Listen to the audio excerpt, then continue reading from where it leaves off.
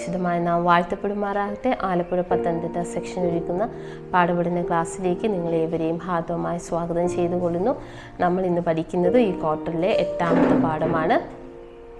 വിശുദ്ധ മന്ദിരത്തിൽ നിന്നുള്ള വെളിച്ചം. വിശുദ്ധ മന്ദിരത്തിൽ നിന്നുള്ള വെളിച്ചം. ഈ പാഠപഠനത്തിന് മുമ്പായി നമുക്കൊരു നിമിഷം പ്രാർത്ഥിക്കാം. മഹോന്നത വാസം ചെയ്യുന്ന ദൈവമേ, തിരുനാം വാഴ്ത്തപ്പെടുമാറാകട്ടെ. സ്വർഗാസ്വർഗങ്ങളിൽ അധിവസിക്കുന്നതിനെ അങ്ങോട്ട് നാം വാഴ്ത്തപ്പെടുമാറാകട്ടെ. ഈ നല്ല നിമിഷത്തിനായി ഞങ്ങൾ നന്ദി അർപ്പിക്കുന്ന കർത്താവേ. ഞങ്ങൾക്ക് തയ്യാറാക്കപ്പെട്ടിരിക്കുന്ന പാഠത്തിനായി നന്ദി അർപ്പിക്കുന്ന കർത്താവേ. ഈ പാഠം പഠിക്കുമ്പോൾ തീർച്ചയായിട്ടും പരിശുദ്ധാത്മാവിൻ്റെ സാന്നിധ്യം ഞങ്ങളുടെ കൂടെ ഉണ്ടായിരിക്കുമാറാകണമേ. ഇതിലുള്ള മർമ്മങ്ങളെല്ലാം ഞങ്ങൾക്ക് വെളിപ്പെടുത്തി തരുമാറാണ്. ഞങ്ങളും ഇതെല്ലാം അനുസരിച്ചും വിശ്വസിച്ചും കൊണ്ട് ജീവിതത്തെ ക്രമപ്പെടുത്തേണ്ടത് ഞങ്ങളെല്ലാവരും ഒരുക്കുമാറാകണമെന്ന് യേശു ക്രിസ്തു നാമത്തെ താഴ്മയെ യാചിക്കുന്നു. പ്രാർത്ഥന കേട്ട് അനുഗ്രഹിക്കുന്ന പ്രിയ പിതാവേ, ആമേൻ. ഇന്നത്തെ മനപ്പാഠവാക്യം എബ്രായർക്കെഴുതിയ ലേഖനം 8ാം അധ്യായം 1ഉം 2ഉം വാക്യമാണ്.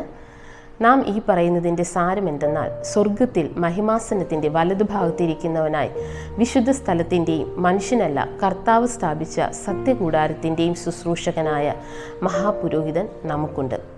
ഈ മഹാപുരോഹിതൻ കർത്താവായ യേശു ക്രിസ്തുവാണെന്ന് നമുക്കെല്ലാവർക്കും അറിയാം. നമ്മൾ കഴിഞ്ഞ ആഴ്ചത്തെ പാഠത്തിൽ കർത്താവിൻ്റെ 2ാം വരവിനെക്കുറിച്ച് വില്യം മില്ലർ തിരുവെഴുത്തുകളിൽ നിന്ന് മനസ്സിലാക്കിയതിനെ കുറിച്ചും തുടർന്ന് അദ്ദേഹം ഈ ഒരു പുതിയ അറിവ് മറ്റുള്ളവർക്ക് എത്തിച്ചതിനെക്കുറിച്ചും ഒത്തിരി പേരെ 2ാം വരവിന് വേണ്ടി അദ്ദേഹം തയ്യാറെടുപ്പിച്ചതിനെ കുറിച്ചൊക്കെ പഠിച്ചു. അപ്പോൾ 1844 2300 സന്ധ്യമുഷസ് വന്ന ആ ദീർഘകാല പ്രവചനം അവസാനിക്കുന്നതെന്ന് തിരുവെഴുത്തുകളുടെ വെളിച്ചത്തിൽ അദ്ദേഹത്തിന് മനസ്സിലായി. അതിൻ്റെ വെളിച്ചത്തിൽ വിശുദ്ധ മന്ദിരം യഥാസ്ഥാനപ്പെടുന്നത് അപ്പോഴാണെന്ന് തീരുമാനിച്ചുകൊണ്ട് അപ്പോഴാണ് കർത്താവായ യേശു ക്രിസ്തു 2ാമത് വരുന്നതെന്ന് വിശ്വസിച്ചുകൊണ്ട് ഒത്തിരി പേര് അതിനു വേണ്ടി ഒരുക്കിയതായിട്ടും നമുക്കറിയാം. അങ്ങനെ അവർ 1844 ഓട്ടം സീസണിൽ അവർ ദൈവത്തിനു വേണ്ടി കർത്താവായ യേശു ക്രിസ്തുവിൻ്റെ വരവിന് വേണ്ടി വെയിറ്റ് ചെയ്തിരിക്കുകയും ഒക്ടോബർ 22 അവർക്കൊരു നിരാശയുടെ അനുഭവത്തിലൂടെ കടന്നു പോകേണ്ടി വന്നതിനെക്കുറിച്ചും നമ്മൾ പഠിച്ചു കഴിഞ്ഞതാണ്. എന്നാൽ ഈ നിരാശയുടെ അനുഭവത്തിന് ശേഷം വളരെ ചെറിയൊരു കൂട്ടം വില്യം മില്ലറിനോടൊപ്പം അനുയായികളോടൊപ്പം ഇരുന്ന് എവിടെയാണ് അവർക്ക് പിഴവ് സംഭവിച്ചെന്ന് അറിയുന്നതിന് വേണ്ടി തുടർന്നും ബൈബിൾ പഠിക്കുന്നതിന് ഇടയായിത്തീർന്നു. അപ്പോഴവർക്ക് മനസ്സിലായി യേശുവിൻ്റെ സ്വർഗത്തിലെ ശുശ്രൂഷയെക്കുറിച്ചാണ് വിശുദ്ധ മന്ദിരം യഥാസ്ഥാനപ്പെടുമെന്ന വാക്യം പറഞ്ഞിരിക്കുന്നതിനെ കുറിച്ച് അവർക്ക് മനസ്സിലായതായിട്ട് നമ്മൾ കഴിഞ്ഞ ആഴ്ച പഠിച്ചു കഴിഞ്ഞു. ദാനിയേലിൻ്റെ 7ഉം 8ഉം അധ്യായങ്ങളിലേക്ക് പോകുമ്പോൾ സ്വർഗത്തിലെ മന്ദിരത്തിൻ്റെ ശുദ്ധീകരണവും ഭൂമിയിലെ വിശുദ്ധ മന്ദിരത്തിൻ്റെ ശുദ്ധീകരണത്തിൻ്റെ പൂർത്തീകരണമാണ് ഇതെന്ന് നമുക്ക് മനസ്സിലാക്കാവുന്നതാണ്.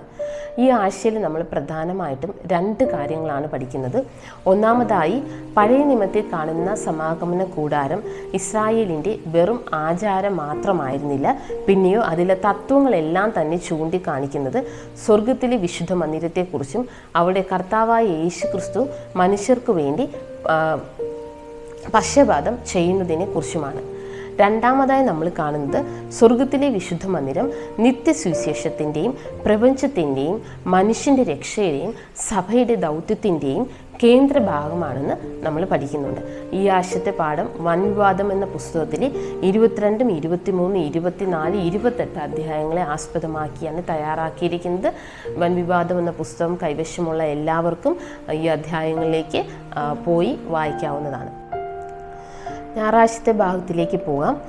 സ്വർഗീയ വിശുദ്ധ മന്ദിരം, ഇത് ഹെവൻലി സാങ്ച്വറി.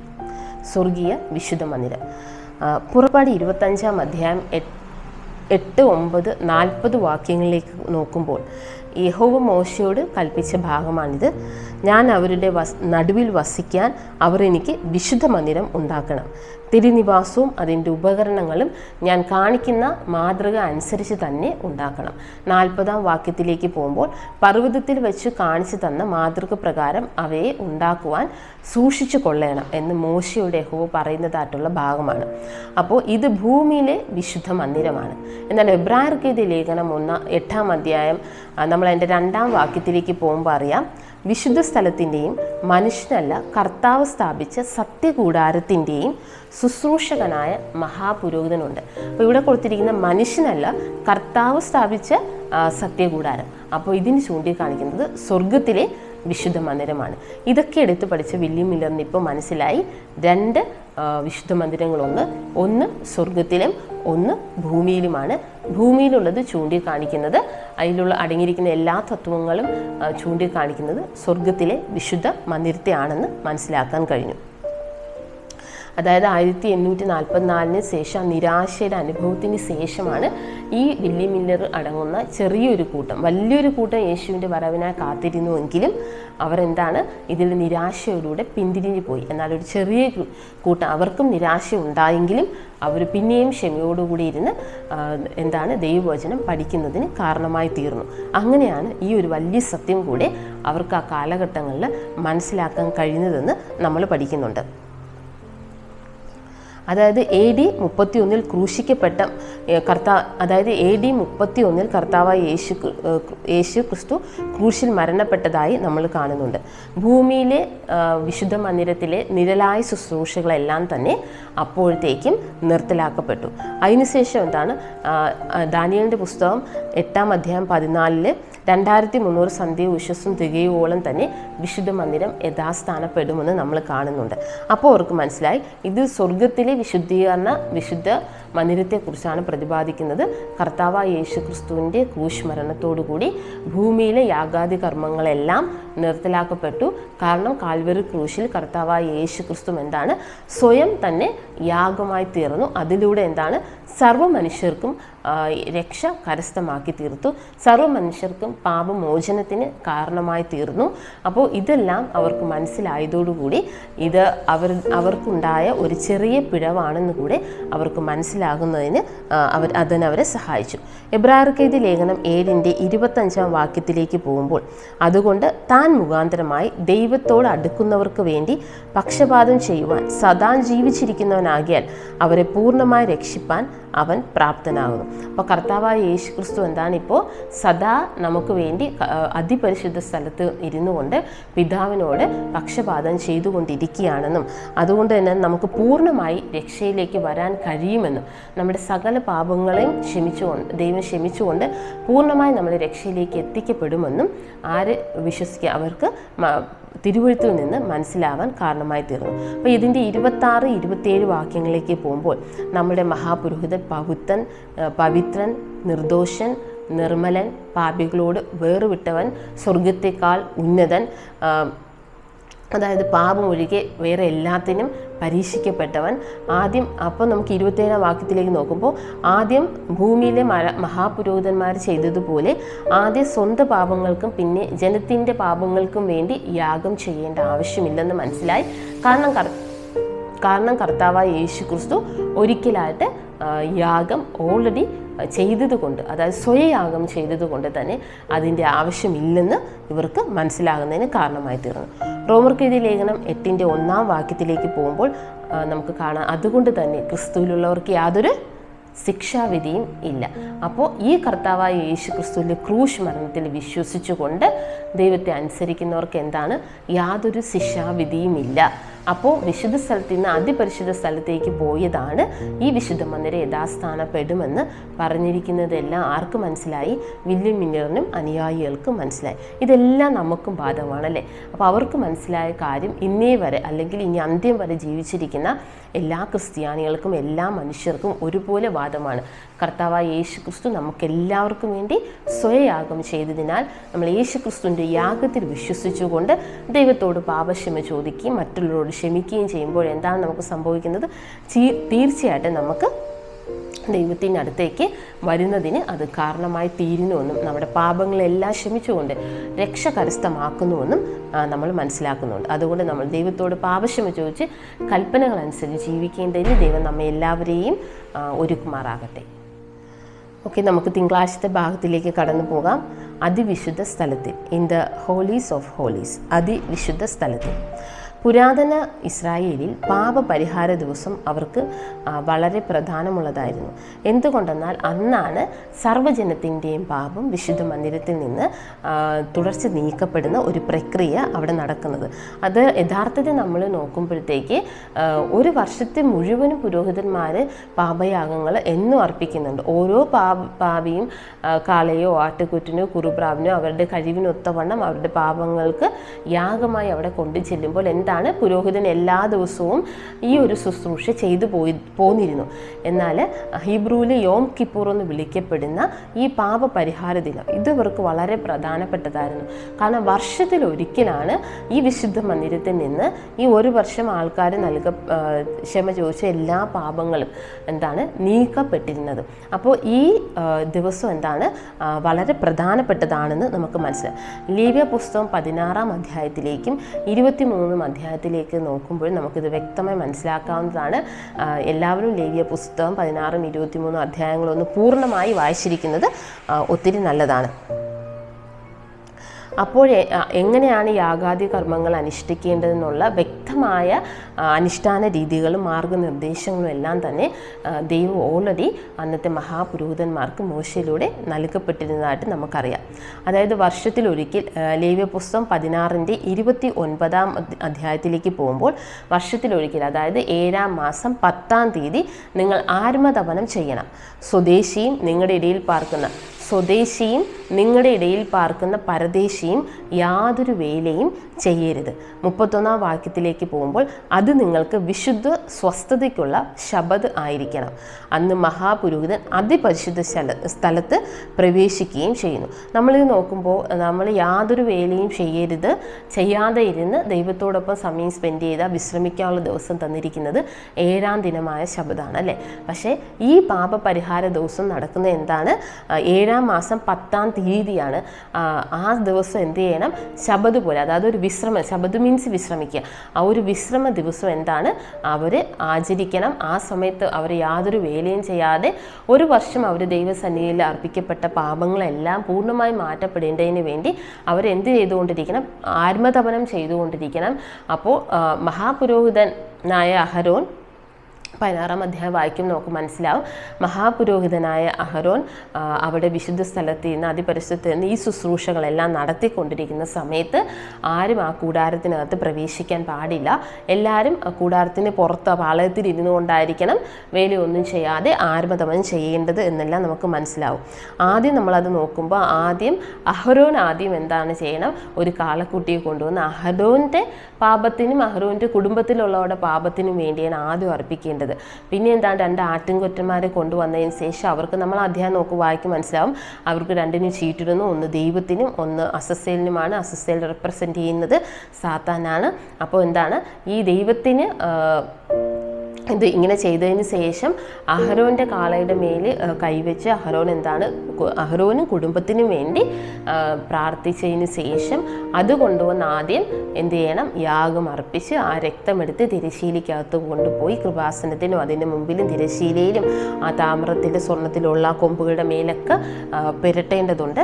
ഇതിന് ശേഷം പുറത്തു വന്നിട്ട് എന്താണ്? ദൈവത്തിന് വേണ്ടി ചീറ്റിട്ട് ആദ്യം കോലാട്ട് കൊറ്റനെ അതിൻ്റെ തലമേൽ കൈവച്ചിട്ട് പ്രേയർ ചെയ്ത് സകല ജനത്തിൻ്റെ പാപങ്ങളുടെ മോചനത്തിനായി പ്രാർത്ഥിച്ചുകൊണ്ട് ഇതേ പ്രക്രിയ ഒന്നുകൂടെ യാഗത്തിൽ ചെയ്യേണ്ടതാണ്. അകത്ത് കൊണ്ടുപോയി തിരശ്ശീലയ്ക്കകത്ത് രക്തം തളിക്കണം. അതുപോലെ ആ കൊമ്പുകൾ തളിക്കണം, അതിൻ്റെ മുമ്പിൽ തളിക്കണം, അതായത് നിയമപ്പെട്ടകത്തിൻ്റെ മുമ്പിൽ തളിക്കണം. ഇതെല്ലാം എന്ത് ചെയ്യണം? പിന്നെയും ഇതുപോലെ റിപ്പീറ്റ് ചെയ്യേണ്ടതാണ്.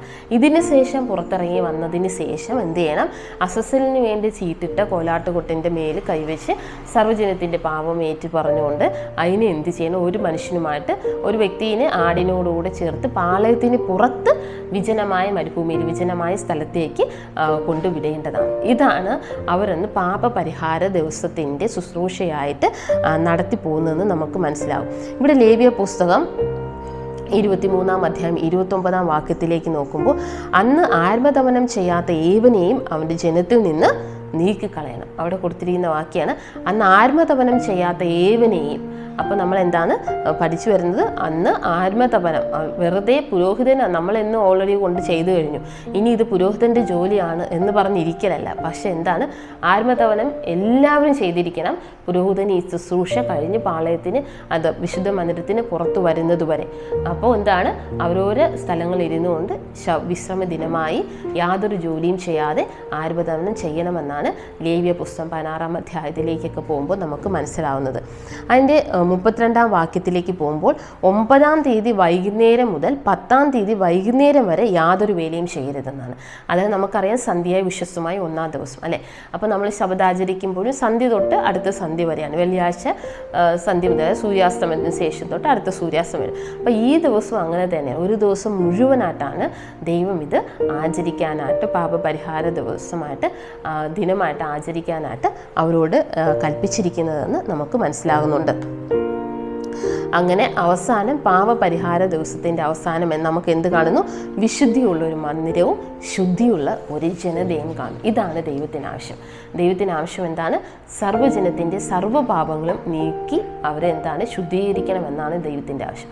അപ്പോൾ ഈ പാപപരിഹാരത്തിൻ്റെ അവസാന ദിവസം കാണിക്കുന്നത് എന്താണ്? വിശുദ്ധ മന്ദിരവും ശുദ്ധീകരിക്കപ്പെടുന്നു. അതുപോലെ എന്താണ്? ശുദ്ധിയുള്ള ഒരു ജനവും ഉണ്ടാകുന്നു. അതുകൊണ്ട് തന്നെ അന്ന് ഈ പ്രക്രിയയിൽ പങ്കെടുക്കാത്ത എല്ലാവരെയും പാളയത്തിന് പുറത്തു കൊണ്ടാക്കണം. കാരണം എന്താണ്? അവർ ആത്മദമനം ചെയ്യാതെ പിന്നെയും പാപപരിഹാര ദിവസം കഴിഞ്ഞ് അശുദ്ധനായി പാപം ഏറ്റുപറയാത്ത ഒരു മനുഷ്യൻ അവരുടെ കൂടെ താമസിക്കാൻ പാടില്ല എന്നുള്ളതാണ്. അപ്പോൾ 2300 ദിവസങ്ങളുടെ അവസാനമായ 1844 അതിവിശുദ്ധ സ്ഥലത്ത് കർത്താവ് ശുശ്രൂഷ ആരംഭിച്ചു എന്ന് മനസ്സിലായി. അതായത് എന്താണ്? ഇത് മനസ്സിലാക്കുന്ന നമ്മൾ ഓരോരുത്തരും, നമ്മളിപ്പോൾ മനസ്സിലാക്കി കഴിഞ്ഞു പണ്ടത്തെ കാലത്ത് എങ്ങനെയാണ്. അപ്പോൾ ഇതെല്ലാം റെപ്രസെൻ്റ് ചെയ്തിരുന്നത് എന്താണ്? ഇതെല്ലാം ഇതിൻ്റെ എല്ലാ തത്വങ്ങളും ചൂണ്ടിക്കാണിച്ചിരുന്നത് സ്വർഗീയ മന്ദിരത്തിലെ മഹാപുരോഹിതനായ കർത്താവായ യേശു ക്രിസ്തു ചെയ്യുന്ന ശുശ്രൂഷ. നമ്മൾ ഓൾറെഡി പറഞ്ഞു തരുന്നു. കർത്താവായ യേശു ക്രിസ്തുവിൻ്റെ AD 31 മരണത്തോടു കൂടി എന്താണ് ഈ യാഗാദി കർമ്മങ്ങളെല്ലാം നിർത്തലാക്കപ്പെടുകയും യേശു ക്രിസ്തു സ്വയം യാഗമായി തീരുകയും ചെയ്തു എന്ന് നമ്മൾ മനസ്സിലാകും. ആണിപ്പഴുത്ത് ഏറ്റ ആ കരത്തിൻ്റെ ആ മുറിവടയാളത്തോടു കൂടെ തന്നെയാണ് ദൈവാദി പരിശുദ്ധ സ്ഥലത്ത് നിന്നുകൊണ്ട് നമുക്ക് വേണ്ടി പക്ഷപാതം ചെയ്യുന്നതെന്നും നമ്മൾ ഓർക്കേണ്ടതാണ്. അപ്പോൾ ഇത് മനസ്സിലാക്കുന്ന നമ്മൾ ഓരോരുത്തരും എന്താണ് ചെയ്യേണ്ടത്? ഒരു പാപത്തെയും താലോലിക്കാതെ നമുക്ക് വേണ്ടി പക്ഷപാതം ചെയ്യുന്ന കർത്താവായ യേശു ക്രിസ്തുവിൻ്റെ കൃപയിൽ വളർന്നുകൊണ്ട് വിശുദ്ധ ജീവിതം നയിക്കുകയും ചെയ്യണം. ഇതിനായി ദൈവം നമ്മെ എല്ലാവരെയും അനുഗ്രഹിക്കട്ടെ. നമുക്ക് ചൊവ്വാഴ്ചത്തെ ഭാഗത്തിലേക്ക് പോകാം. ചൊവ്വാഴ്ചത്തെ ഭാഗം ന്യായവിധി സമാഗതമായി. The judgement has come. ന്യായവിധി സമാഗതമായി. നമ്മൾ ദാനിയേലിൻ്റെ പുസ്തകം 7-ാം അധ്യായം 9-ഉം 10-ഉം വാക്യങ്ങളിലേക്ക് പോകുമ്പോൾ നമുക്ക് ആ വാക്യങ്ങളിലേക്ക് ജസ്റ്റ് ഒന്ന് പോകാം. ഞാൻ നോക്കിക്കൊണ്ടിരിക്കുമ്പോൾ സിംഹാസനങ്ങൾ ഒരുക്കപ്പെട്ടു, വയോധികനായ ഒരുവൻ ഇരുന്നു. അവൻ്റെ വസ്ത്രം ഹിമം പോലെ വെളുത്തതും അവൻ്റെ തലമുടി നിർമ്മലമായ ആട്ടുരോമം പോലെയും അവൻ്റെ സിംഹാസനം അഗ്നിജ്വാലയും രഥചക്രങ്ങൾ കത്തുന്ന തീയും ആയിരുന്നു. ഒരു അഗ്നിനദി അവൻ്റെ മുമ്പിൽ നിന്ന് പുറപ്പെട്ട് ഒഴുകി. 1000 പേർ അവന് ശുശ്രൂഷ ചെയ്തു. 10,000 പേർ അവൻ്റെ മുമ്പാകെ നിന്നു. ന്യായവിസ്താര സഭയിരുന്നു. പുസ്തകങ്ങൾ തുറന്നു. അപ്പം നമ്മളിവിടെ കാണുന്ന ഒരു രംഗം എന്താണ്?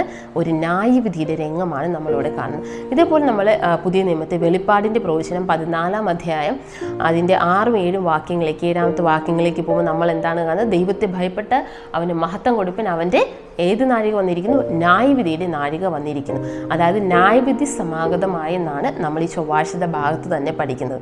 ഇവിടെ നമ്മൾ എന്താണ് കാണുന്നത്? ഒരു ന്യായവിധി വന്നതായിട്ട് കാണുന്നുണ്ട്. നമ്മൾ സഭാപ്രസംഗി 12-ാം അധ്യായം 4-ാം വാക്യത്തിലേക്ക് പോകുമ്പോൾ ദൈവം നല്ലതും തീയതുമായ സകല പ്രവൃത്തികളെയും സകല രഹസ്യങ്ങളുമായ ന്യായവിസ്താരത്തിലേക്ക് വരുത്തുന്നത് കാണുന്നു. അപ്പോൾ ഇവിടെയും ന്യായവിസ്താരമുണ്ടെന്ന് നമുക്ക് മനസ്സിലാകുന്നുണ്ട്. മത്തായിയുടെ സുവിശേഷം 12-ാം അധ്യായം 36-ാം വാക്യത്തിലേക്ക് പോകുമ്പോൾ മനുഷ്യർ പറയുന്ന ഏത് നിസ്സാര വാക്കിനും ന്യായവിധി നാളിൽ കണക്ക് ബോധിപ്പിക്കേണ്ടി വരും. അപ്പോൾ ഈ വാക്യത്തിലൂടെ നമ്മൾ ന്യായവിധി ഉണ്ടെന്ന് മനസ്സിലാക്കുന്നുണ്ട്. വെളിപ്പാട് 22-ാം അധ്യായം 12-ാം വാക്യത്തിലേക്ക് പോകുമ്പോൾ ഇതാ ഞാൻ വേഗം വരുന്നു, ഓരോരുത്തന് അവനവൻ്റെ പ്രവൃത്തിക്ക് തക്കവണ്ണം പ്രതിഫലം കൊടുപ്പാൻ എൻ്റെ പക്കൽ ഉണ്ടെന്ന് മനസ്സിലാക്കുന്നു. അപ്പോൾ ഈ വാക്യങ്ങളിലൂടെയൊക്കെ നമ്മൾ കടന്നു പോകുമ്പോൾ നമ്മൾ കാണുന്നൊരു കാര്യം എന്താണ്? തീർച്ചയായിട്ടും ദൈവം സൃഷ്ടിച്ച ഈ ഭൂമിയിൽ ദൈവം എന്താണ്? എല്ലാവർക്കും ഒരു ന്യായവിധി നിശ്ചയിച്ചിരിക്കുന്നു എന്നൊരു കാര്യം, നിയമിച്ചിരിക്കുന്നു. അതിനൊരു മുന്നറിയിപ്പും ഒരു വാണിംഗും നമുക്ക് തന്നിരിക്കുന്നു എന്നൊരു കാര്യം ഈ വാക്യങ്ങളിലൂടെയൊക്കെ കടന്നു പോകുമ്പോൾ നമുക്ക് മനസ്സിലാക്കാവുന്നതാണ്. അതിനുശേഷം ഒരു ന്യായവിധിക്ക് ശേഷം ഒരു 2ാം ഊഴം ഉണ്ടായിരിക്കുമെന്ന് ആരും പ്രതീക്ഷിക്കരുത്. അങ്ങനെ ഒരിക്കലും ഉണ്ടായിരിക്കില്ല. നമ്മൾ തയ്യാറാകേണ്ടുന്ന സമയം ഇപ്പോഴാണെന്ന് കൂടെ നമ്മൾ പഠിക്കുമ്പോൾ മനസ്സിലാക്കേണ്ടതാണ്. ഇവിടെ മത്തായിയുടെ സുവിശേഷം 25-ാം അധ്യായം 1 മുതൽ 10 വരെയുള്ള വാക്യങ്ങളിലേക്ക് പോകുമ്പോൾ നമ്മൾ കാണുന്ന 10 കന്യകമാരുടെ ഉപമകളാണ്. അപ്പോൾ ഈ ഉപമകൾ എല്ലാവർക്കും അറിയാവുന്നതാണ്. 10 പേര് ഒരുപോലെ കർത്താവായ യേശു ക്രിസ്തുവിന് വേണ്ടി കാത്തിരുന്നുവെങ്കിലും, അവരെ 10 പേര് ഒരുപോലെ ഉറങ്ങിപ്പോയിരുന്നുവെങ്കിലും, കർത്താവായ യേശു ക്രിസ്തു വന്നതറിഞ്ഞ് 10 പേര് ഉണരുകയും ചെയ്തുവെങ്കിലും അതിൽ 5 പേരിൽ മാത്രമേ, അവരുടെ വിളക്കിൽ മാത്രമേ എക്സ്ട്രാ എന്താണ് ഓയിൽ കരുതിയിരുന്നുള്ളൂ എന്ന് നമ്മൾ ആ ഉപമയിലൂടെ മനസ്സിലാക്കുന്നതാണ്. അങ്ങനെ ഈ എക്സ്ട്രാ ഓയിൽ കരുതിയിരുന്ന് വളരെ കെയർഫുള്ളായിരുന്ന 5 പേർക്ക് എന്ത് ചെയ്തു? അവർക്ക് കർത്താവായ യേശു ക്രിസ്തുവിൻ്റെ കൂടെ കല്യാണ സദ്യക്ക് പോകാൻ കഴിഞ്ഞതായിട്ടും മറ്റുള്ളവരുടെ മുമ്പിൽ അത് കൊട്ടി അടയ്ക്കപ്പെട്ടതായിട്ടും നമ്മൾ കാണുന്നത്. ഇതാണ് നമ്മൾ ഏറ്റവും അധികം മനസ്സിലാക്കേണ്ടത്. അതായത് കർത്താവായ യേശു ക്രിസ്തുവിന് വേണ്ടി വരവിന് വേണ്ടി ഒരുങ്ങിയിരിക്കുന്ന നമ്മൾ ഓരോരുത്തരും എങ്ങനെ ആയിരിക്കണമെന്നാണ് തീർച്ചയായിട്ടും പരിശുദ്ധാത്മാവിൻ്റെ സാന്നിധ്യത്തോടുകൂടെ. അതായത് കർത്താവ് യേശു ക്രിസ്തു പോലെ ഞാൻ നിങ്ങൾക്ക് പോയിട്ട് പരിശുദ്ധാത്മാവെന്ന കാര്യസ്ഥനെ അയച്ചു തരാമെന്ന് പറഞ്ഞിട്ടുണ്ട്. അപ്പോൾ കർത്താവായ യേശു ക്രിസ്തു പിതാവായ ദൈവത്തിൻ്റെ അടുത്ത് നിന്ന് അതിപരിശുദ്ധ സ്ഥലത്ത് നിന്ന് നമുക്ക് വേണ്ടി പക്ഷപാതം ചെയ്യുന്ന ഈ സമയത്ത് നമ്മളോടൊപ്പം പരിശുദ്ധാത്മാവെന്ന കാര്യസ്ഥനുണ്ട്.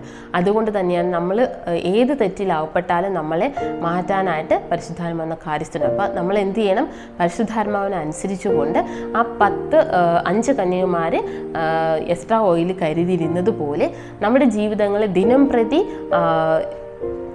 രൂപാന്തരം വരുത്തിക്കൊണ്ട് അനുസരണത്തിൻ്റെ വഴിയിലൂടെ പാപക്ഷമ ചോദിക്കുന്ന വഴിയിലൂടെ കർത്താവായ യേശു ക്രിസ്തുവിൻ്റെ അടുക്കലേക്ക് പോവുകയാണെങ്കിൽ എന്താണ്? കർത്താവായ യേശു ക്രിസ്തുവിൻ്റെ 2ാമത്തെ വരവിൽ നമുക്കും ആ 5 കന്യകമാരെ പോലെ യേശു ക്രിസ്തുവിനോടൊപ്പം മണവാളിനോടൊപ്പം പോകാൻ കഴിയും. ഇല്ലാത്ത പക്ഷം എന്താണ്? നമ്മളിതെല്ലാം കേൾക്കുന്നുണ്ട്, ഇതൊക്കെ അറിയുന്നുണ്ട്, പക്ഷെ നമ്മൾ എന്താണ് അത് നമ്മുടെ ജീവിതത്തിലേക്ക് ഏറ്റെടുക്കാതെ നമ്മുടെ ജീവിതത്തിന് മാറ്റം വരുത്താതെ യേശുവിൻ്റെ വരവിന് വേണ്ടി കാത്തിരിക്കുകയാണെങ്കിൽ നമ്മളും യേശുവിൻ്റെ വരവിൽ ഉണർന്നാലും എന്ത് ചെയ്യപ്പെടും? സ്വർഗം നമുക്ക് വേണ്ടി കുട്ടി അടയ്ക്കപ്പെടുമെന്ന് നമ്മൾ ഈ ഉപമയിലൂടെ മനസ്സിലാക്കുന്നുണ്ട്. അപ്പോൾ ഇതെല്ലാം കേട്ടിട്ട് ഒരു ന്യായവിധി വരാൻ പോവുകയാണ്, ഇങ്ങനെയൊക്കെ നടക്കാൻ പോവുകയാണ് എന്ന് കേട്ടിട്ട് നമ്മൾ എന്താണ് പേടിക്കേണ്ട ആവശ്യമില്ല. ശരിക്കും എന്താണ് നമുക്ക് ലഭിച്ചിരിക്കുന്ന മുന്നറിവുകളെ അവഗണിക്കാതെ എന്താണ് താഴ്മയോടും പരിശുദ്ധാത്മാവിൻ്റെ കൃപയ്ക്കായും പ്രാർത്ഥിച്ചുകൊണ്ട് സ്വഭാവ രൂപീകരണം നടത്തിക്കൊണ്ട് ദൈവസന്നിധിയിൽ ഇരിക്കുകയാണെങ്കിൽ നമ്മൾ ഈ ന്യായവിധിയെ പേടിക്കേണ്ട ആവശ്യമില്ല. ഇല്ലാത്ത പക്ഷമാണ് ന്യായവിധി നമുക്ക് ശിക്ഷാർഹമായി തീരുന്നത്. ഇല്ലെങ്കിൽ ഈ ന്യായവിധി നമുക്ക് രക്ഷാർഹമായി തീരും. രക്ഷാർഹമായി തീരേണ്ടതിന് ദൈവസന്നിധിയിൽ ഇരിക്കേണ്ടതിന് ദൈവം നിങ്ങളെല്ലാവരെയും സഹായിക്കുമാറാകട്ടെ.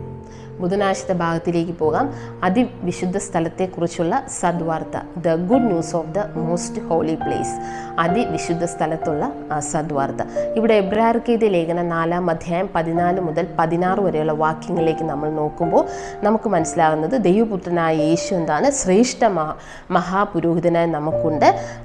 നമ്മുടെ വിശ്വാസത്തെ അതുകൊണ്ട് മുറുകെ പിടിച്ചുകൊള്ളുക. നമുക്കുള്ള മഹാപുരോഹിതൻ നമ്മുടെ ബലഹീനതകൾ സഹതാപം കാണിക്കാൻ കഴിയാത്തവനല്ല, പാപമൊഴികെ മറ്റെല്ലാത്തിലും എന്താണ് പരീക്ഷിക്കപ്പെട്ടവനാണ്. അതുകൊണ്ട് കരുണ ലഭിക്കാനും തക്ക സമയത്ത് കൃപ പ്രാപിക്കാനുമായി സഹായത്തിനുള്ള കൃപ പ്രാപിക്കാനുമായി നാം ധൈര്യത്തോടെ കൃപാസനത്തിലേക്ക് അടുത്ത് ചെല്ലുക എന്നാണ് ഈ വാക്യങ്ങൾ നമ്മെ ഓർമ്മപ്പെടുത്തുന്നത്. അപ്പോൾ നമ്മൾ ഈ വാക്യങ്ങൾ കാണുന്നത് എന്താണ്? കർത്താവായ യേശു ക്രിസ്തു പരിശുദ്ധ സ്ഥലത്ത് നമ്മുടെ മഹാപുരോഹിതനായി നമുക്ക് വേണ്ടി പാപങ്ങളുടെ ക്ഷമ യാചിച്ചു കൊണ്ടിരിക്കുന്നുവെന്നും വാദിച്ചു കൊണ്ടിരിക്കുന്നുവെന്നും പഠിച്ചു കഴിഞ്ഞു നമ്മൾ. അപ്പോൾ എന്താണ് നമ്മുടെ ബലഹീനതകളെല്ലാം മനസ്സിലാക്കുന്നതാണ്. നമ്മളെപ്പോലെ തന്നെ ഒത്തിരി പാപമൊഴികെ എല്ലാത്തിനും പരീക്ഷിക്കപ്പെട്ടവനാണ്. അതുകൊണ്ട് തന്നെ എന്താണ് നമ്മൾ പേടിക്കാതെ ധൈര്യത്തോടെ കൃപാസനത്തിനടുത്തേക്ക് ചെന്നാൽ ദൈവം എന്തെയും നമ്മൾ പരസ്പരം ക്ഷമിക്കുകയും ദൈവത്തോട് ക്ഷമ ചോദിക്കുകയും ദൈവത്തിൻ്റെ കൽപ്പനകൾ അനുസരിക്കുകയും ചെയ്യേണ്ടതാണ്. ദൈവം നമ്മുടെ പാപങ്ങളെല്ലാം പൂർണ്ണമായി ക്ഷമിച്ചുകൊണ്ട് നമ്മുടെ രക്ഷയിലേക്ക് നയിക്കുന്നതാണെന്ന് ഈ വാക്യങ്ങൾ നമ്മെ ബോധ്യപ്പെടുത്തുന്നു. എബ്രായർക്ക് എഴുതിയ ലേഖനം 8-ന്റെ 10-ാം വാക്യം, ഞാൻ എൻ്റെ ന്യായപ്രമാണം അവരുടെ ഉള്ളിലാക്കി അവരുടെ ഹൃദയങ്ങളിൽ എഴുതും, ഞാൻ അവർക്ക് ദൈവമായും അവർ എനിക്ക് ജനമായിരിക്കും. അപ്പോൾ നമ്മൾ നിയമപ്പെട്ടത്, അതായത് ഈ വിശുദ്ധ മന്ദിരത്തിൻ്റെ അതിപരിശുദ്ധ സ്ഥലത്തുള്ള നിയമപ്പെട്ടത്തിൽ കാണുന്നത് 10 കൽപ്പനകൾ. അത് സ്വർഗീയ മന്ദിരത്തിലായിരുന്നാലും ഭൂമിയിലെ വിശുദ്ധ സ്ഥലത്തായിരുന്നാലും നമ്മൾ കണ്ട എന്താണ് അതിനകത്ത് കാണുന്നത് എന്താണ് 10 കൽപ്പനകളാണ്. അപ്പോൾ എന്താണ് ആ കൽപ്പനകളെല്ലാം ഇവിടെ എവിടെ എഴുതിയിരിക്കുന്നു എന്നാണ് കാണുന്നത്? നമ്മുടെ ഹൃദയത്തിൽ എഴുതിയിരിക്കുന്നു എന്നാണ് ഇവിടെ നമ്മൾ കാണുന്നത്. അപ്പോൾ നമ്മുടെ ഹൃദയത്തിൽ ഈ കൽപ്പനകൾ എഴുതിയിരിക്കുന്നത് എന്തുകൊണ്ടാണ്? നമ്മൾ ദൈവത്തിനെതിരെ പാപം ചെയ്യാതിരിക്കേണ്ടതിനും ദൈവത്തിൻ്റെ ആ കാൽവറി ക്രൂശ് മരണം അസാധുവായി പോകാതിരിക്കേണ്ടതിനും വേണ്ടി, അത് അസാധുവായി പോകാതെ എല്ലാ മനുഷ്യർക്കും രക്ഷ കരസ്ഥമാക്കുന്നതിന് വേണ്ടിയാണ് ഈ നിയമങ്ങളെല്ലാം നമ്മുടെ ഹൃദയത്തിൽ രേഖപ്പെടുത്തിയിരിക്കുന്നതെന്ന് നമുക്ക് മനസ്സിലാക്കാവുന്നതാണ്. വെളിപ്പാടിൻ്റെ പ്രവചനം 11-ാം അധ്യായം 19-ാം വാക്യത്തിലേക്ക് പോകുമ്പോൾ, അപ്പോൾ സ്വർഗത്തിൽ ദൈവാലയം തുറന്നു, അവൻ്റെ നിയമപ്പെട്ടകം അവൻ്റെ ആലയത്തിൽ പ്രത്യക്ഷമായി. മിന്നലും നാദവും ഇടിമുഴക്കവും ഭൂകമ്പവും വലിയ കൽമഴയും ഉണ്ടായി. അപ്പോൾ ഇവിടെ യോഹന്നാനുണ്ടായ ദർശനത്തിൽ സ്വർഗത്തിലെ അതായത് സ്വർഗത്തിലെ ദേവാലയമാണ് തുറന്നിരിക്കുന്നത്. ആ വിശുദ്ധ മന്ദിരം തുറന്നപ്പോഴും അവിടെ നമ്മൾ എന്താണ് കണ്ടത്? അതിപരിശുദ്ധ സ്ഥലത്ത് ദൈവത്തിൻ്റെ നിയമപ്പെട്ടകമാണ് കണ്ടത്. അത് പ്രത്യക്ഷമായപ്പോൾ എന്തൊക്കെ അവിടെ സംഭവിച്ചു? മിന്നലും നാദവും ഇടിമുഴക്കവും ഭൂകമ്പവും കൽമഴയൊക്കെ അവിടെ സംഭവിച്ചതായിട്ടും ഈ ദർശനത്തിൽ യോഹന്നാന് കാണിച്ചു കൊടുത്തിരിക്കുകയാണ്. അപ്പോൾ നമുക്ക് മനസ്സിലായി ഇത് ഈ നിയമപ്പെട്ടകത്തിൻ്റെ കൽപ്പനകൾ എത്രത്തോളം പ്രാധാന്യമുള്ളതാണെന്നും ഇതനുസരിച്ച് തന്നെയായിരിക്കും ഒരു ന്യായവിധി നടത്തപ്പെടുന്നതുമെന്ന് നമ്മൾ ഓർത്തിരിക്കേണ്ടതാണ്. അതായത് അവിടെ പ്രത്യക്ഷമായത് മനുഷ്യർ മാറ്റി എഴുതിയ നിയമങ്ങളല്ല, പിന്നെയോ ദൈവത്തിൻ്റെ മാറ്റമില്ലാത്ത നിയമങ്ങളാണെന്ന് നമ്മളിവിടെ ഓർത്തിരിക്കേണ്ടതാണ്. നന്മയും തിന്മയും തമ്മിലുള്ള ഈ വലിയ നിയമ പോരാട്ടത്തിൽ ഇതിന് വളരെ പ്രാധാന്യമുണ്ട്. ഏത് നിയമങ്ങൾ വെച്ചായിരിക്കും വിധിക്കുമെന്ന് ചോദിച്ചാൽ തീർച്ചയായിട്ടും സ്വർഗത്തിൻ്റെയും ഭൂമിയുടെയും വിശുദ്ധ മന്ദിരത്തിലിരുന്ന ദൈവത്തിൻ്റെ കൽപ്പനകൾ വെച്ച് തന്നെയായിരിക്കും ഒരു ന്യായവിധി ഭൂമിയുടെ മേൽ നടത്തപ്പെടുന്നതെന്ന് നമ്മൾ ഇതിൽ നിന്ന് മനസ്സിലാക്കേണ്ടതാണ്. അതുകൊണ്ട് തന്നെ നമ്മുടെ ഹൃദയങ്ങൾ, അവൻ്റെ ജനത്തിൻ്റെ ഹൃദയങ്ങളിൽ അവൻ എന്ത് എഴുതിയിരിക്കുന്നു എന്നാണ് ഈ നിയമങ്ങളെല്ലാം ഹൃദയങ്ങൾ എഴുതിയിരിക്കും. അതിനനുസരിച്ച് നമ്മൾ എന്താണ് പാപം ചെയ്യാതെ പാപത്തിൻ്റെ അതായത് ഈ കൽപ്പനകളുടെ എല്ലാം ലംഘനമാണ് പാപം. അപ്പോൾ ഈ പാപത്തിൽ നിന്ന് നമ്മൾ രക്ഷിക്കുന്നതിന് വേണ്ടിയാണ് കർത്താവായ യേശു ക്രിസ്തു കാൽവറിയിൽ യാഗമായി തീർന്നത്. അപ്പോൾ ഈ യാഗമായി തീർന്ന ഈ രക്ഷ നമുക്ക് കരസ്ഥമാക്കുന്നതിന് വേണ്ടി നമ്മൾ എന്ത് ചെയ്യണം? അതിലുള്ള കൽപ്പനകൾ അനുസരിച്ച് ജീവിക്കണം എന്നും ധൈര്യത്തോടെ കൃപാസനത്തിനടുത്തേക്ക് ചെന്ന് ക്ഷമ ചോദിക്കണമെന്നും ഈ ഭാഗത്തിലൂടെ നമുക്ക് മനസ്സിലാകുകയുണ്ടായി. ഒക്കെ വ്യാഴാഴ്ചത്തെ ഭാഗത്തിലേക്ക് നമുക്ക് പോകാം. യേശു ന്യായവിധിയിൽ നമ്മുടെ അഭിഭാഷകൻ.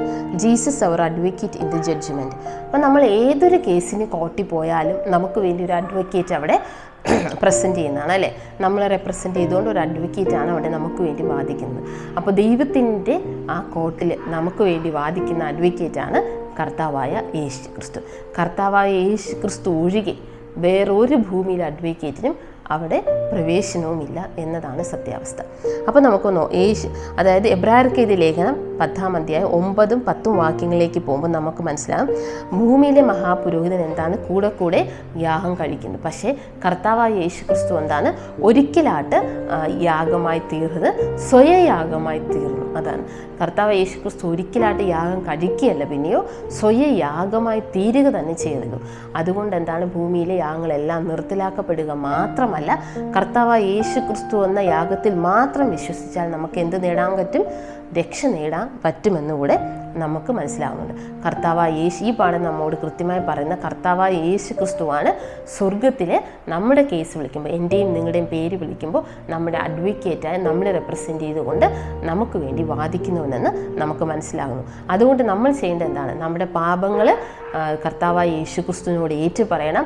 അതോടൊപ്പം തന്നെ നമ്മൾ ഏത് വ്യക്തിയോടാണോ നമ്മൾ പാപം ചെയ്തിട്ടുള്ളത് അവരോട് നമ്മുടെ പാപങ്ങൾ ഏറ്റു പറയും, തമ്മിൽ ക്ഷമിക്കുകയും ചെയ്യേണ്ടതാണ്. തമ്മിൽ ക്ഷമിച്ചുകൊണ്ട് ദൈവത്തോട് ആ പാപം ഏറ്റു പറയുമ്പോൾ എന്ത് ചെയ്യുന്നു? ദൈവം ആ പാപം പൂർണ്ണമായി നമുക്ക് ക്ഷമിച്ച് തരുന്നുവെന്ന് നമ്മൾ ഈ ഭാഗത്ത് നിന്ന് മനസ്സിലാക്കുന്നുണ്ട്. അങ്ങനെ അവൻ്റെ പ്രത്യക്ഷതയിൽ അവൻ്റെ പ്രത്യക്ഷതയിൽ അങ്ങനെ ഏറ്റു പറയുന്നവരെന്താണ്? യേശു ക്രിസ്തു നിഷ്കളങ്കരായി നിർത്തുന്നതാണ്. എങ്ങനെയാണ് നിർത്തുന്നത്? കർത്താവ് യേശു ക്രിസ്തുവിൻ്റെ യാഗത്തിൽ വിശ്വസിക്കുന്നതുകൊണ്ട്. ആ യാഗത്തിലൂടെയാണ് നമ്മൾ കർത്താവായ യേശു ക്രിസ്തുവിനെ പിതാവിൻ്റെ മുമ്പിൽ നമ്മളെ നിഷ്കളങ്കരായി നിർത്താൻ കഴിയത്തുള്ളൂ. അപ്പം നമ്മൾ യഥാർത്ഥത്തിൽ നിഷ്കളങ്കരല്ല. നമ്മൾ നിഷ്കളങ്കരായി നിർത്തുന്നത് യേശു ക്രിസ്തുവിൻ്റെ യാഗത്തിലൂടെ മാത്രമാണെന്നും നമ്മൾ ഇവിടുന്ന് മനസ്സിലാക്കുന്നുണ്ട്. യഥാർത്ഥത്തിൽ മനുഷ്യന് വേണ്ടിയുള്ള സ്വർഗീയ കൂടാരത്തിൻ്റെ ക്രിസ്തുവിൻ്റെ മധ്യസ്ഥത ക്രൂശ് മരണം പോലെ തന്നെ വളരെ പ്രാധാന്യമാണ്. ക്രൂശ് മരണം എത്രത്തോളം പ്രാധാന്യമായിരിക്കുന്നോ അത്രത്തോളം പ്രാധാന്യമാണ് നമ്മുടെ കർത്താവായ യേശു ക്രിസ്തു നമുക്ക് വേണ്ടി ചെയ്യുന്ന മധ്യസ്ഥയാണ്. കർത്താവ് യേശു ക്രിസ്തുവിൻ്റെ ക്രൂശ് മരണത്തെ അംഗീകരിക്കുന്ന അനേക പേരെ നമുക്ക് കാണാൻ കഴിയും. കർത്താവായ യേശു ക്രിസ്തുവിൻ്റെ മധ്യസ്ഥത പക്ഷേ അവരിൽ പലരും തന്നെ അംഗീകരിക്കുന്നില്ല. അവർ പറയുന്നത് എന്താണ്? പല മധ്യസ്ഥന്മാർ, വേറെ കുറേ മധ്യസ്ഥന്മാരെ അവരെ നിയമിക്കുകയും ഈ മധ്യസ്ഥന്മാരുടെ എല്ലാത്തിനും നമുക്ക് ദൈവത്തെങ്കിലേക്ക് എത്തപ്പെടാൻ കഴിയുമെന്ന് ചെയ്യുമെന്ന് ആണ് അവർ വിശ്വസിക്കുന്നത്. പക്ഷെ നമുക്കിവിടെ മനസ്സിലായി കർത്താവായ ക്രൂശ് മരണം എത്രത്തോളം പ്രാധാന്യമാണോ അത്രത്തോളം പ്രാധാന്യം തന്നെ കർത്താവായ യേശു ക്രിസ്തു നമുക്ക് ചെയ്യുന്ന മധ്യസ്ഥയും. അതായത് സ്വയയാഗമായി തീർന്ന കർത്താവായ യേശു ക്രിസ്തുവിന് മാത്രമേ നമുക്ക് മധ്യസ്ഥനായി പിതാവിൻ്റെ മുമ്പിൽ നിൽക്കാൻ കഴിയുള്ളൂ. സ്വയയാഗമായി നമുക്ക് വേണ്ടി മരിക്കാത്ത ആർക്കും തന്നെ, അതായത് ദൈവം എന്താണ്, പാപമൊഴികെ എല്ലാത്തിനും പരീക്ഷിക്കപ്പെട്ടവനാണ്. അതായത് പാപിയായ ഒരു വ്യക്തിക്ക് എന്താണ് കർത്താവായ യേശു ക്രിസ്തുവിന് മുമ്പിൽ നമുക്ക് വേണ്ടി മധ്യസ്ഥത വഹിക്കാൻ കഴിയില്ല എന്നുകൂടെ ഈ പാഠം നമ്മെ ഓർമ്മപ്പെടുത്തുന്നുണ്ട്. അതുകൊണ്ട് തന്നെ എന്താണ്, പിതാവിൻ്റെ സിംഹാസനത്തിലേക്കുള്ള വഴി തുറന്നു തന്നത് ആരാണ്? കർത്താവായ യേശു ക്രിസ്തുവിലാണ്. കർത്താവായ യേശു ക്രിസ്തു എന്ന ഏക മധ്യസ്ഥനിലൂടെ മാത്രമാണ് നമുക്ക് ആ മഹിമാസനത്തിൻ്റെ അടുത്തേക്ക് പോകാൻ കഴിയുള്ളൂ, കൃപാസനത്തിൻ്റെ അടുത്തേക്ക് പോകാൻ കഴിയുള്ളൂ. ഭൂമിയിൽ കാണപ്പെടുന്ന വേറെ യാതൊരു മധ്യസ്ഥന് അവർ ഒരുപക്ഷെ നീതിമാന്മാരായിരിക്കാം, ഒരുപക്ഷെ ദൈവജനത്തെ വഴികാട്ടിയവരായിരിക്കാം, ഒത്തിരി നല്ല കാര്യങ്ങൾ ചെയ്തവരായിരിക്കാം, ഒത്തിരി പേരെ ക്രൂശിലേക്ക് നയിച്ചവരായിരിക്കാം. പക്ഷേ അവർക്ക് മധ്യസ്ഥത വഹിക്കാനുള്ള അധികാരം ആര് നൽകിയിട്ടില്ല? സ്വർഗം നൽകിയിട്ടില്ല. സ്വയമായകമായ തീർന്ന കർത്താവായ യേശു ക്രിസ്തുവിൻ്റെ ആ നിഷ്കളങ്കമായ പാപമില്ലാത്ത ദൈവത്തിന് മാത്രമേ നമുക്ക് മധ്യസ്ഥത വഹിക്കാൻ കഴിയുകയുള്ളൂ എന്നുകൂടെ ഈ ഭാഗം നമ്മെ മനസ്സിലാക്കുന്നുണ്ട്. വൻ വിവാദം പരിഹരിക്കപ്പെടാനും സാത്താൻ്റെ പിടിയിൽ നിന്ന് ഈ ഗ്രഹത്തെ മുഴുവനായിട്ട് രക്ഷിക്കാനും കർത്താവായ യേശു ക്രിസ്തുവിൻ്റെ ഈ മധ്യസ്ഥതയ്ക്കും ഈ ക്രൂശ് മരണത്തിന് മാത്രമേ സാധിക്കുകയുള്ളൂ എന്നും നമ്മൾ മനസ്സിലാക്കാറുണ്ട്. അതുകൊണ്ട് തന്നെ ഒരു സമ്പൂർണ്ണ രക്ഷാ പദ്ധതിയാണ് അവിടെ നമുക്ക് വേണ്ടി തയ്യാറാക്കിയത്, സ്വർഗം നമുക്ക് വേണ്ടി തയ്യാറാക്കിയത്. ഈ സമ്പൂർണ്ണ രക്ഷാപദ്ധതിയുടെ ഏറ്റവും പ്രധാന കണ്ണിയാണ് ആര്? നമ്മുടെ സ്വന്തം അഡ്വക്കേറ്റായ കർത്താവായ യേശു ക്രിസ്തു എന്നുകൂടെ നമ്മൾ ഈ പാഠഭാഗത്തിലൂടെ ഓർത്തിരിക്കേണ്ടത്. അതുകൊണ്ട് തന്നെ യേശുവിനെ വിശ്വസിച്ചുകൊണ്ട് എൻ്റെ യേശുവിലൂടെ നടപ്പാക്കിയ ഈ ക്രൂശ് ഈ മധ്യസ്ഥതയും നമ്മൾ എന്ത് ചെയ്യണം? വിശ്വാസത്താൽ ഏറ്റെടുക്കേണ്ടതുമാണ്. അപ്പോസ്തല പ്രവൃത്തികൾ 16-ാം അധ്യായം 31-ാം വാക്യം ഇങ്ങനെ പറയുന്നു, കർത്താവായ യേശുവിൽ വിശ്വസിക്കുക, എന്നാൽ നീ നിൻ്റെ കുടുംബവും രക്ഷ പ്രാപിക്കും. ആരിൽ വിശ്വസിക്കാനാണ് നമ്മോട് പറയുന്ന? കർത്താവായ യേശു ക്രിസ്തുവിൽ വിശ്വസിക്കുക, എന്നാൽ നീ നിൻ്റെ കുടുംബവും രക്ഷ പ്രാപിക്കും. എന്തുകൊണ്ടാണ് വിശ്വസിക്കേണ്ടത്? അതിൻ്റെ റീസണാണ് നമ്മൾ ഇത്ര നേരവും പറഞ്ഞു കഴിഞ്ഞാൽ അല്ലേ? ക്രൂശ് മരണം കൊണ്ടും നമുക്ക് വേണ്ടി നമ്മൾ നിഷ്കളങ്കനായ ദൈവസന്നിധി നിർത്തുന്നതിന് വേണ്ടി യേശു സ്വർഗത്തിൽ നമുക്ക് വേണ്ടി വാദിക്കുന്നത് കൊണ്ടും ഈ വിശ്വാസത്തിൽ എന്തടങ്ങിയിരിക്കുന്നു? നമ്മൾ ഒരിക്കലും മറന്നുപോലെ വിശ്വാസത്താൽ എപ്പോഴും അനുസരണം അടങ്ങിയിരിക്കുന്നു. അപ്പോൾ നമ്മൾ ഈ വിശ്വസിക്കുകയും അനുസരിക്കുകയും ചെയ്യേണ്ടത് ആവശ്യമാണ്. അതിന് ദൈവം നമ്മെ ഏവരെയും ഒരുക്കുമാറാകട്ടെ. വെള്ളിയാഴ്ചയ്ക്ക് കൂടുതൽ ചിന്തയ്ക്കുള്ള ഭാഗത്തേക്ക് നമുക്ക് പോകാം. ദ ഗ്രേറ്റ് കോൺട്രവേഴ്സി എന്ന ബുക്കിലെ പേജ് നമ്പർ 489 490 ആ ഭാഗത്തിലുള്ള ഒരു പാരഗ്രാഫ് ഞാൻ വായിച്ചു പോകാൻ ആഗ്രഹിക്കുന്നു. നാം ഇന്ന് ജീവിച്ചിരിക്കുന്നത് മഹാപാപ പരിഹാര ദിനത്തിലാണ്. അതായത് നമ്മളിപ്പോൾ ഓൾറെഡി പഠിച്ചു വരുന്നു 1844 വിശുദ്ധ മന്ദിരം യഥാസ്ഥാനപ്പെടുമെന്ന് വെച്ചാൽ എന്താണ്? കർത്താവായ യേശു ക്രിസ്തു വിശുദ്ധ സ്ഥലത്ത് നിന്ന് അതിപരിശുദ്ധ സ്ഥലത്തേക്ക് കടന്നുകൊണ്ട് ഭൂമിയിലുള്ള ഓരോരുത്തരുടെയും പാപത്തിന് വേണ്ടി ക്ഷമയാചിക്കുക, അതായത് നമുക്ക് വേണ്ടി വാദിക്കുകയും ന്യായവിധി നടത്തുകയും ചെയ്യുന്നു എന്നുള്ള കാര്യം നമ്മൾ ഇപ്പോൾ പഠിച്ചു കഴിഞ്ഞു. നമ്മൾ മധ്യസ്ഥനായി നിന്നുകൊണ്ട് വാദിക്കുകയാണെന്ന് ഈ പാഠത്തിൽ നമ്മൾ പഠിച്ചു കഴിഞ്ഞു. അതുകൊണ്ട് തന്നെ നമ്മൾ ഓർക്കുക, നമ്മൾ ജീവിച്ചിരിക്കുന്ന ഏത് കാലഘട്ടത്തിലാണ്? മഹാപാപ പരിഹാര ദിവസത്തിലാണ്. അപ്പോൾ ഇതൊരു മാതൃകാ ശുശ്രൂഷയാണ്. ഇപ്പം നമ്മൾ ഓൾറെഡി ഭൂമിയിലെ മഹാപാപ പരിഹാര ദിവസം എങ്ങനെ നടന്നു എന്ന് പഠിച്ചു കഴിഞ്ഞു. ആ സമയത്ത് ജനങ്ങൾ എങ്ങനെ ആയിരിക്കണമെന്ന് പഠിച്ചു കഴിഞ്ഞു. ജനങ്ങൾ മുഴുവനും ആത്മതപനം ചെയ്യണം, താഴ്മയോടെ ദൈവസന്നിധിയിലിരുന്ന് ആത്മതപനം ചെയ്യേണ്ട ഒരു സമയത്താണ് നമ്മളെന്ന് പഠിച്ചു കഴിഞ്ഞു. നാം ഇന്ന് ജീവിച്ചിരിക്കുന്നത് മഹാപാപ പരിഹാര ദിനത്തിലാണ്. മാതൃകാ ശുശ്രൂഷയിൽ മഹാപുരോഹിതൻ ഇസ്രായേലിൻ്റെ പാപപരിഹാരം നടത്തുമ്പോൾ ജനങ്ങൾ ദൈവസന്നിധിയിൽ ആത്മതപനം ചെയ്ത് അനുതാപത്തോടും താഴ്മയോടും കൂടി ഇരിക്കണമെന്ന് കൽപ്പിച്ചിരിക്കുന്നു. അങ്ങനെ ചെയ്യാത്തവരെ ജനത്തിൻ്റെ ഇടയിൽ നിന്ന് ഛേദിച്ച് കളയുമെന്നും അനുശാസിക്കുന്നു. അതുപോലെ ജീവൻ്റെ പുസ്തകത്തിൽ പേര് എഴുതിയിരിക്കുന്ന നമ്മളെല്ലാവരും ഇപ്പോൾ കൃപയുടെ ശേഷിച്ചിരിക്കുന്ന ദിവസങ്ങളിൽ ദൈവം മുമ്പാകെ പാപത്തെക്കുറിച്ച് പശ്ചാത്താപവും യഥാർത്ഥ മാനസാന്തരവും ഉള്ളവരായിരിക്കണമെന്നാണ് സിസ്റ്റർ വൈറ്റിൻ്റെ ഈ ലേഖനത്തിലൂടെ നമ്മൾ പറഞ്ഞ് മനസ്സിലാക്കുന്നത്. നമ്മളപ്പോൾ താമസിക്കുന്നത് പാപപരിഹാരം സ്വർഗത്തിൽ നടന്നുകൊണ്ടിരിക്കുന്ന സമയത്താണ്. അതുകൊണ്ട് നമ്മൾ എന്താണ്? ദൈവസന്നിധിയിൽ ആർഭതനം ചെയ്ത് പാപം ചെയ്യാത്തവരായി പശ്ചാത്താപത്തോടും മാനസാന്തരത്തോടും കൂടി ജീവിക്കണമെന്ന് ആവശ്യപ്പെടുന്നുണ്ട്. ശരിക്കും ഇന്നത്തെ ഈ ആഴ്ചത്തെ ഭാഗത്തിൽ വിശുദ്ധ മന്ദിരത്തിൽ നിന്നുള്ള വെളിച്ചമെന്ന ഈ പാഠഭാഗത്ത് കർത്താവായ യേശു ക്രിസ്തു നമുക്ക് വേണ്ടി അതിപരിശുദ്ധ സ്ഥലത്ത് പക്ഷപാതം ചെയ്തുകൊണ്ടിരിക്കുകയാണെന്നും നമ്മുടെ അഡ്വക്കേറ്റ് ആണെന്നും നമ്മൾ ഇത്രയും നേരം പഠിച്ചു കഴിഞ്ഞിരിക്കുകയാണ്.